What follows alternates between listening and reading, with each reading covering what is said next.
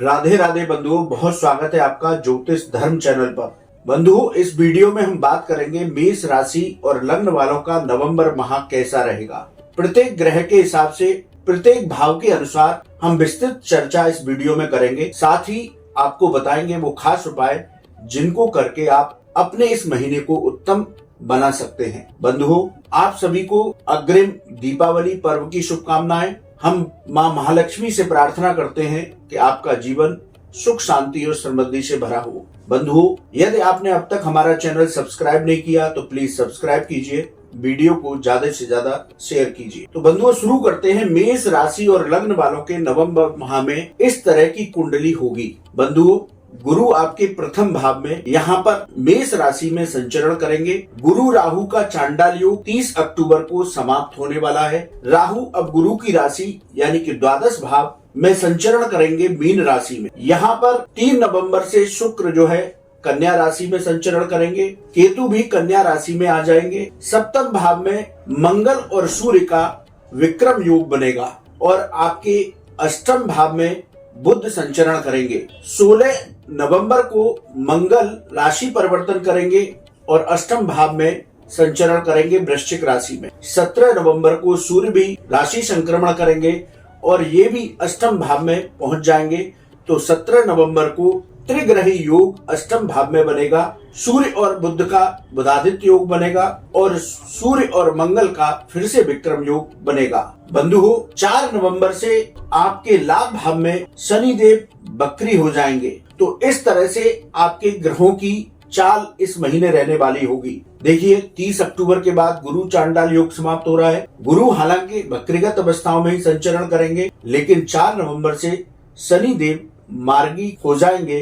तो ये भी अब आपको उत्तम फल प्रदान करेंगे। तो सबसे पहले बात करते हैं आपके प्रथम भाव की। प्रथम भाव आपके व्यक्तित्व का भाव, आपके आत्मविश्वास का भाव। यहाँ देव गुरु बृहस्पति विराजमान है मेष राशि में, यानी कि उनके मित्र की राशि है। तो यहाँ आपके आत्मविश्वास में वृद्धि होगी। नौकरी में परिवर्तन से आपको लाभ होगा। व्यापार में भी आपको आर्थिक लाभ होगा।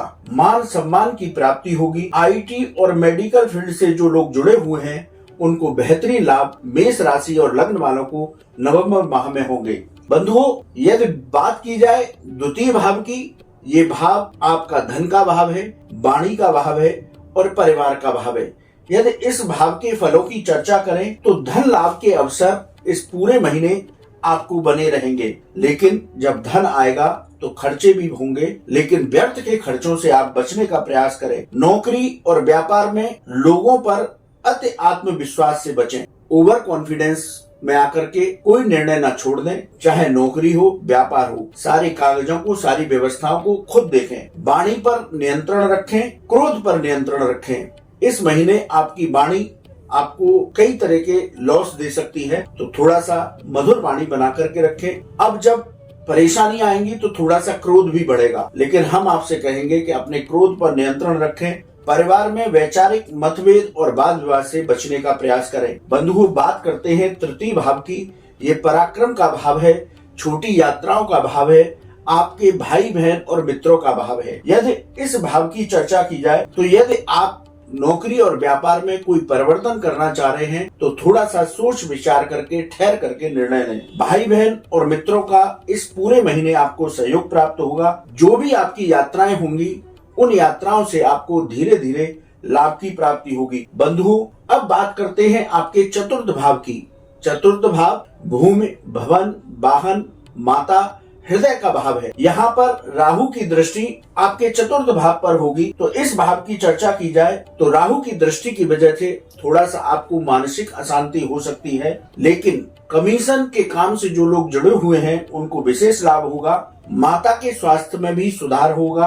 प्रॉपर्टी में यदि कोई निवेश करने जा रहे हैं तो थोड़ा सोच समझ करके निवेश करें। यदि कोई प्रॉपर्टी खरीदने जा रहे हैं तो उन पेपरों को अच्छी तरह जांच लें। अब यदि बात करें आपके पंचम भाव की, तो पंचम भाव पर सूर्य देव की राशि विराजमान है और शनि का इससे दृष्टि संबंध है। पंचम भाव आपके आकस्मिक लाभ का भाव है, संतान का भाव है, आपके प्रेम संबंधों का भाव है, विद्या का भाव है। तो इस भाव की चर्चा की जाए तो विद्यार्थी वर्ग को सफलताएं प्राप्त होंगी। लोगों से भी आपको सहयोग प्राप्त होगा। प्रेम संबंधों में प्रगाढ़ता आएगी। शेयर बाजार में यदि आप निवेश करते हैं तो उससे भी आपको लाभ प्राप्त होगा। स्टॉक मार्केट में यदि लंबे समय के लिए कोई निवेश करते हैं तो वो आपको फायदा जरूर दे करके जाएगा। यदि संतान पक्ष की बात की जाए तो संतान पक्ष से जो आपके पिछले दिनों वैचारिक मतभेद चल रहे थे, अब वो भी शांत होंगे और मधुरता प्राप्त होगी।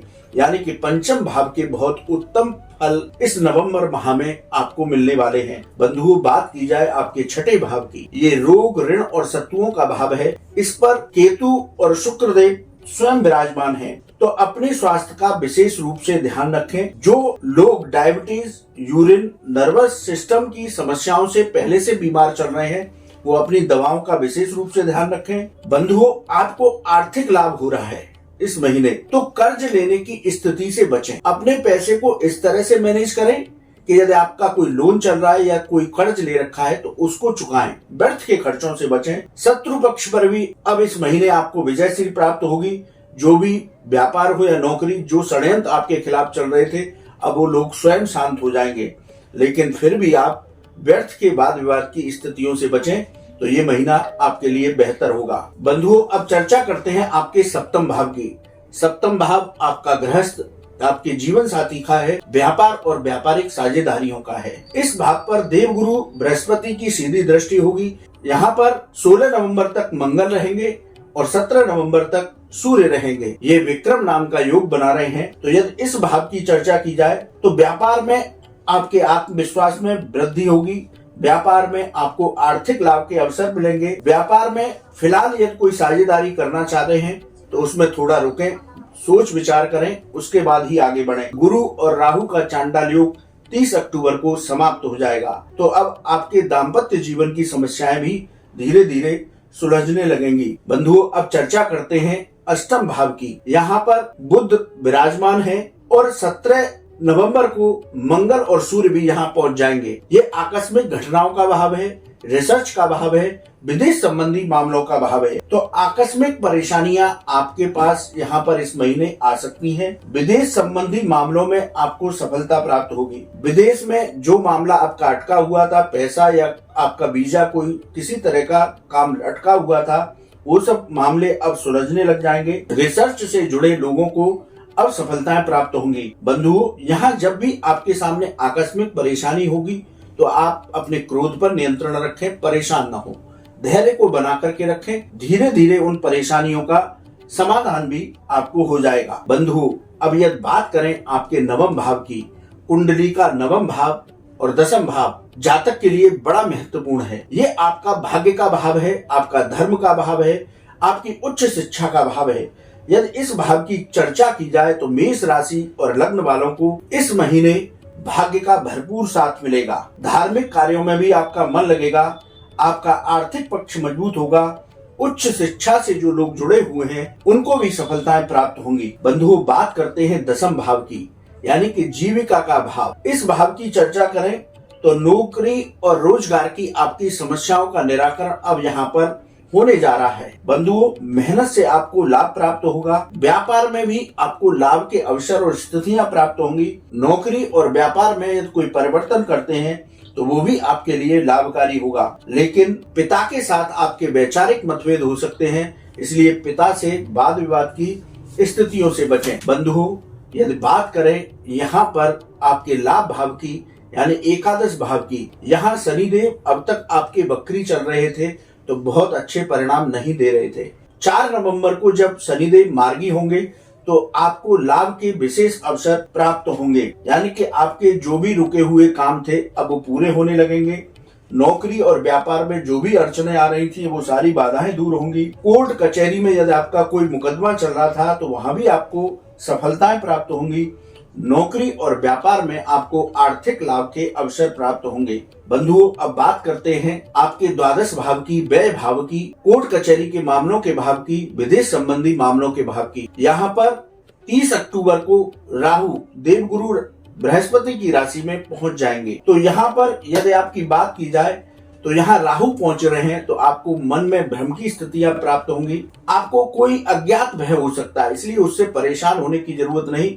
राहु की वजह से आपको भय होगा। विदेश संबंधी मामलों में आपको सफलताएं मिलेंगी, लेकिन व्यर्थ के खर्चों से बचने का प्रयास करें। कोर्ट कचहरी का कोई मामला या विवाद चल रहा है तो उसमें सफलता तो मिलेगी, लेकिन थोड़ी सी सावधानी रखें, कागजों को अच्छे से मैनेज करके चलें। बंधुओं, यदि ओवरऑल मेष राशि और लग्न वालों के नवंबर माह की बात की जाए तो मेष राशि और लग्न वालों के लिए नवंबर माह बेहतरीन होगा। धन वर्षा होगी, महालक्ष्मी की विशेष कृपा प्राप्त होगी। बंधुओं, यदि बात की जाए आपके शुभ दिनों की तो इस महीने 3, 6, 7, 12, 13, 17, 21, 25, 26, 27, 28 और 30 तारीख आपके लिए शुभ रहेंगी। वहीं अशुभ तारीखों की बात की जाए तो 4, 5, 14, 15, 22, 23 और 24 ये तारीखें आपके लिए अशुभ हो सकती हैं। इनमें थोड़ा संभल करके रहें। बंधुओं, अब बात करते हैं कुछ खास उपायों की जिनको करके आप और बेहतर लाभ प्राप्त कर सकते हैं। बंधुओं, आप प्रतिदिन हनुमान चालीसा का पाठ करें, गरीबों को गुड़ का दान करें और तुलसी वृक्ष पर दीप दान करें तो आपको इस महीने बेहतर परिणाम प्राप्त होंगे। बंधुओं, मेष राशि और लग्न वालों के लिए ये महीना बेहतरीन जाएगा। आपको वीडियो कैसा लगा आप कमेंट बॉक्स में लिखें। आपका कोई सवाल है तो आप हमारे व्हाट्सएप नंबर पर लिखें, हम उसका जवाब अवश्य देंगे। राधे राधे।